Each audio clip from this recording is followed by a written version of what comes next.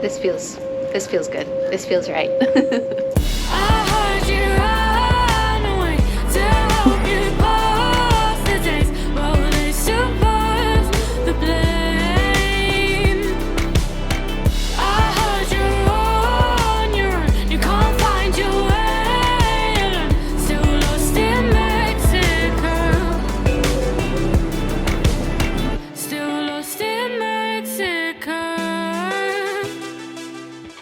Being a nomad is not a vacation. It's freedom, but it's also discipline. It's an exchange of security for enhanced experiences.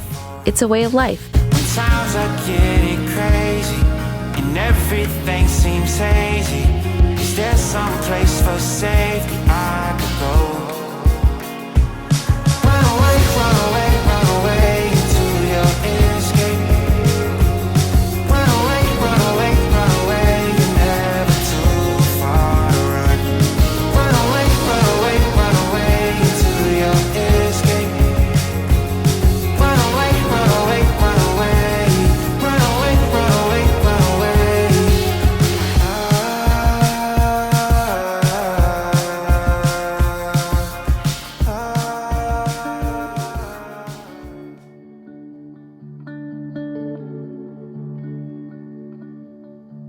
They say the hardest part about traveling is coming home.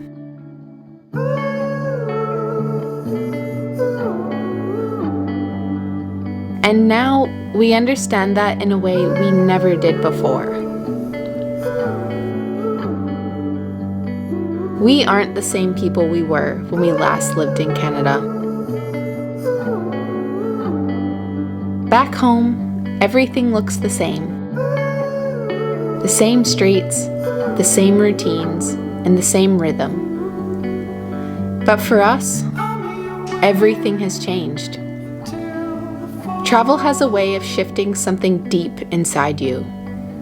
Your priorities, your pace, your idea of what home really means. We tried to settle back into a normal life. The kind with closets and couches, commutes and coffee makers. But our hearts kept tugging us elsewhere. So we've decided to do it again. To let go. To sell everything and step back into the unknown. Back into a life of movement, of sunrises in new places, of simplicity, slowness, and spontaneity. Back to being digital nomads, full-time. It's not always easy, but it feels right. And sometimes, that's all the reason you need.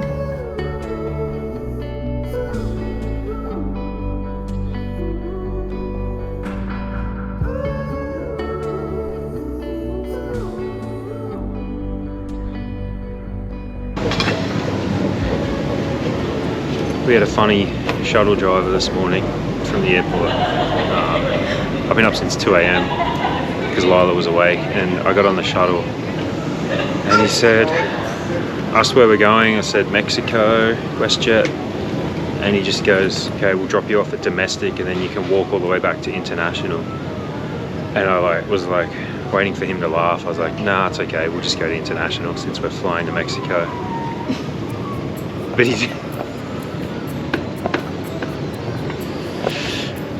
didn't break, and he was like, no, this is the policy. And I was like, nah, well, how about we just get dropped off where we're flying from? And he's like, no, that's where you check in for Mexico and WestJet.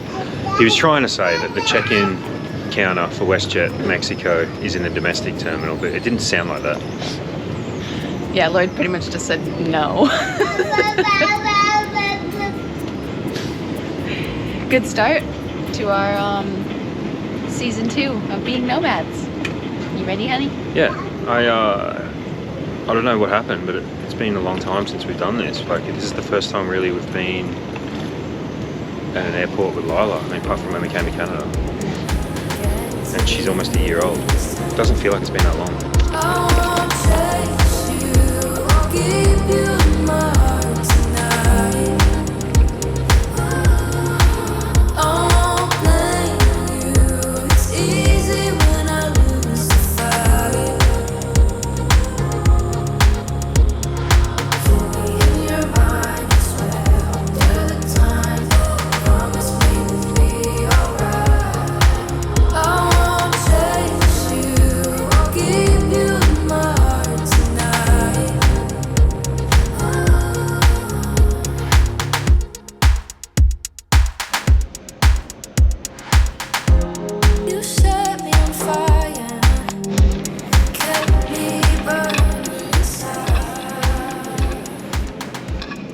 Well, you gotta go to security. I don't know what's going on.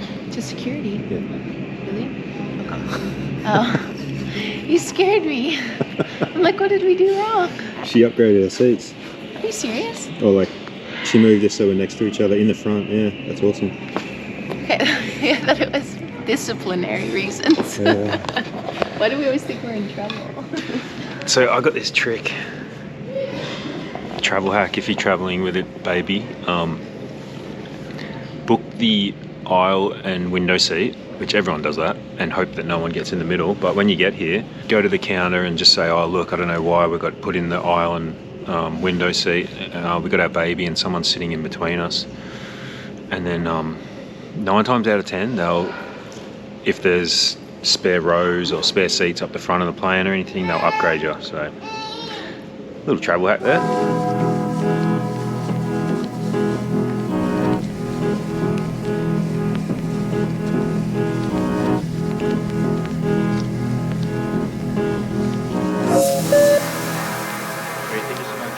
Thank you. I just adore the thing when you're boarding. Hello.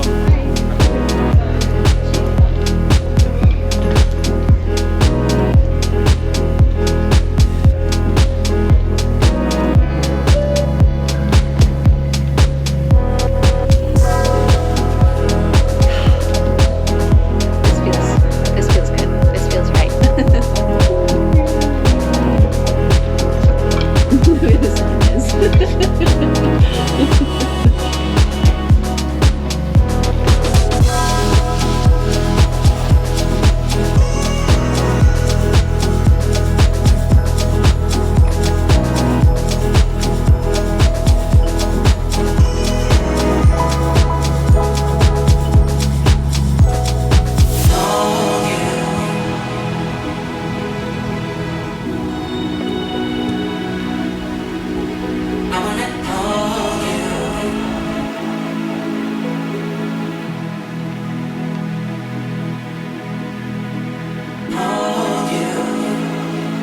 Pleasure of working with Susanna, Nadia, and Ozzy. Please direct your attention to the crew in the aisle as we go through our safety demonstration in English and French. Thank you.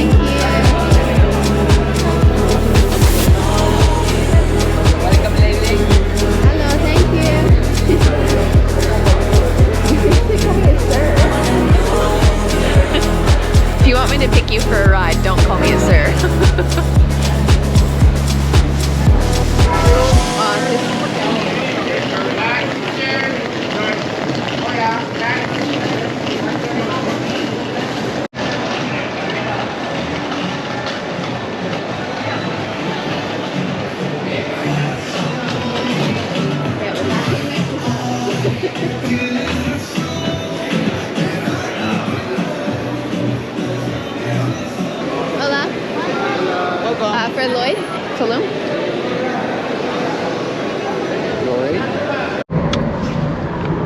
Okay, we made it to Mexico. We're in Cancun. We just got a private car to take us down to Tulum. It's about a 2-hour drive. We opted for the private car because I didn't really know how Lila would be on the flight. And a pretty long day, like I've been up since 2. We all got up at about 4. But Lila was amazing. She killed it. She didn't crack it, cry once. She slept for like 2 hours. The plane itself was pretty average. There was no TVs or anything. It was a very small plane. And I want to ask you guys, like, have you ever experienced this, and what do you think about this? The woman sitting right behind us, about halfway through the flight, started painting her nails.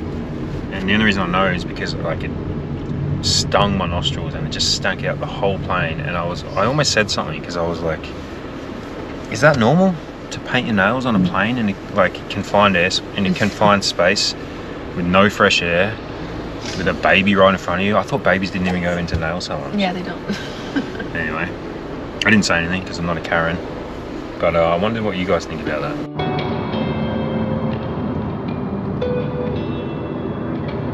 I went from London to Mexico, 'cause I had heard them speak of the changes that you've seen. I went from London to Mexico, 'cause these miles never close when we're speaking down the phone. Your change of heart left it all to start again.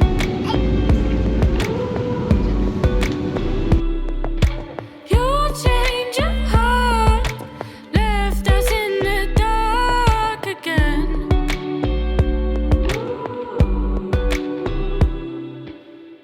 I heard you ran away to help you pass the days while they suppose the blame. I heard you're on your own, you can't find your way alone, still lost in Mexico, still lost in Mexico. I went from London to let you know that you can turn it off, but in this city nothing stops. You try to change it on your own to help you feel alive, but this never felt right. Your change of heart left it all to start again.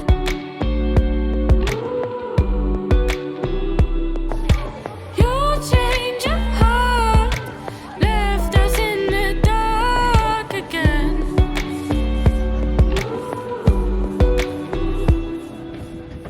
I heard you ran to help you pass the days while they suppose the blame. I heard you're on your own, you can't find your way alone, still lost in Mexico, still lost in Mexico. We just got back to our table after being in the pool, and there was a kid eating our food. I think he thought it was like a communal thing. He was like licking the salsa and the chips on our table. We're still eating them. You walked away like this, so Yeah. Yeah. good for me. Yeah, he looked like Lloyd when he steals my food. That's okay. So we're at a place called La Zebra. It's awesome. It's a little bit expensive to get taxis here. We knew that from last time that we were here. We actually just used ChatGPT to tell us like what we should expect to pay, and it like scans Reddit and everything else to see what people suggest. So I do suggest doing that so you don't overpay for taxis and stuff to different places, because we were actually able to pay a decent price for it. But yeah, we're at La Zebra. Great food. And oh, here comes our food now. The rest of our food now. Oh, that's very big. And then infladitas with chicken too. We keep over ordering. We need to learn. Enjoy. Thank you, I thought gracias. these were going to be tiny. I thought that was going to be tiny. That's okay. We're used to being in. That's not a case. That's okay. Yeah, we're learning. It's all good. It looks good.